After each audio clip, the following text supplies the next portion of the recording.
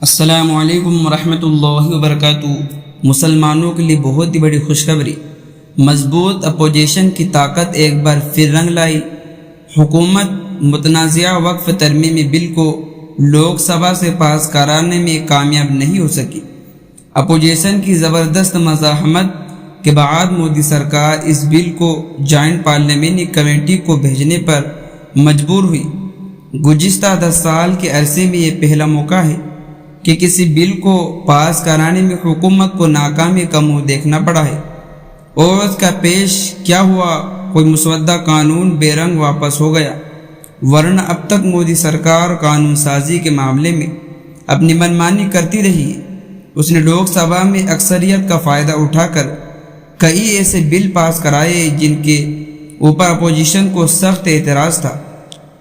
انہی بلوں میں ایک 3 طلاق کو ختم کرنے کا قانون بھی تھا، جس پر مسلمانوں نے زبردست اعتراضات درج کرائے تھے، لیکن ان کی ایک نہیں چلی اور طلاق ثلاثہ کو قابل سزا جرم قرار دیا گیا۔ اگر دیکھا جائے تو اس حکومت نے گزشتہ 10 سال کے عرصے میں کوئی ایک بھی ایسا کام نہیں کیا جو مسلمانوں کو راحت پہنچانے والا ہو۔ سبھی کام مسلمانوں کو نقصان پہنچانے والے انجام دیے گئے ہیں، اور علمیہ یہ کام مسلمانوں کی فلاح و بہبود کے نام پر کیے گئے ہیں۔ وقف ایکٹ میں ترمیم کا شوشہ بھی مسلمانوں کی فلاح و بہبود کے نام پر چھوڑا گیا ہے، جبکہ حقیقت یہ ہے کہ وقف ایکٹ میں ترمیمات سے وقف کی روح نکل جائے گی اور وقف جائیدادوں پر وقف بورڈوں کا کنٹرول براہ نام ہی رہ جائے گا۔ قابل ذکر بات یہ ہے کہ وقف ایکٹ میں 1-2 نہیں بلکہ 40 سے زیادہ ترمیمات پیش کی گئی ہے۔ اقلیت و امور کی مرکزی وزیر کرن رجو نے اس بل کو لوک سبھا میں پیش کرتے ہوئے ترانے بھی کی کہ اس غریب اور پسماندہ مسلمانوں کا بھلا ہوگا۔ اس سلسلے میں قادیانی اور بوہرا مسلمانوں کا خاص طور پر تذکرہ کیا گیا کہ ترامیم ان کے مطالبات کی روشنی میں کی گئی ہے۔ اس سے اندازہ ہوتا ہے یہ حکومت اندھیرے میں تیر چلانے پر یقین رکھتی ہے اور اسے بنیاد حقائق کو کوئی علم نہیں۔ المیہ یہ بھی ہے کہ بعض نام نہاد مسلمانوں سے ان ترمیم کی حق میں بیان بھی دلوایا گیا۔ ملک کی معروف درگاہوں کے ان نام نہاد شدگان کے وقف ایڈ کی جا رہی تھی ترمیمات کی زبردست وکالت کی ہے۔ یہ گندم ناموں جو فروش رنگ برنگی مسلمان اور اس موقع پر اپنے بلوں سے باہر نکل آتے ہیں جب حکومت کو مسلم مفادات کے خلاف کوئی کام کرنا ہوتا ہے، ورنہ حقیقت یہ ہے جب سے وقف ترمیمی ایکٹ کو پارلیمنٹ میں پیش کیے جانے کی خبریں آئی تھی تبھی سے ملک گیر سطح پر مسلمانوں میں بے چینی پھیل گئی تھی، اور تمام سرکردہ مسلم تنظیموں قائدین نے اس کے بروز مخالفت کی تھی اور ان ترامیم کو وقف بورڈوں کے خود مختاری اور ان کے وجود کو ختم کرنے والا اقرار دے کر پوری طرح مسترد کر دیا تھا۔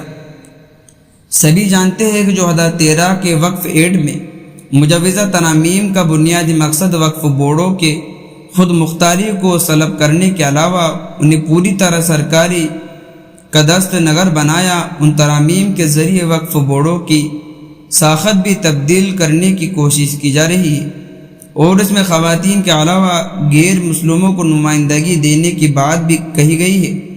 سبھی جانتے ہیں کہ اوقاف کلی طور پر مسلمانوں کی ملکیت ہے اور وہی اپنی زمین جائیداد فلاحی کاموں کے وقف کرتے ہیں، لیکن جب ان جائیدادوں پر کلیکٹروں کے اختیار ہو جائے گا تو ان کا تیا پانجا کرنے میں کوئی دیر نہیں لگائیں گے۔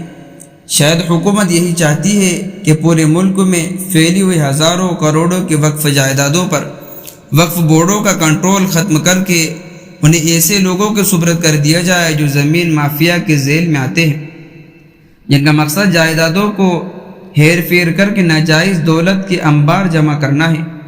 یہی وجہ ہے کہ اپوزیشن جماعتوں سرکردہ مسلم ممبران نے پارلیمنٹ میں وقف ترمیمی ایکٹ پر شدید تشویش کا اظہار کیا اور اسے مذہبی آزادی پر جارحانہ حملے سے تعبیر کیا۔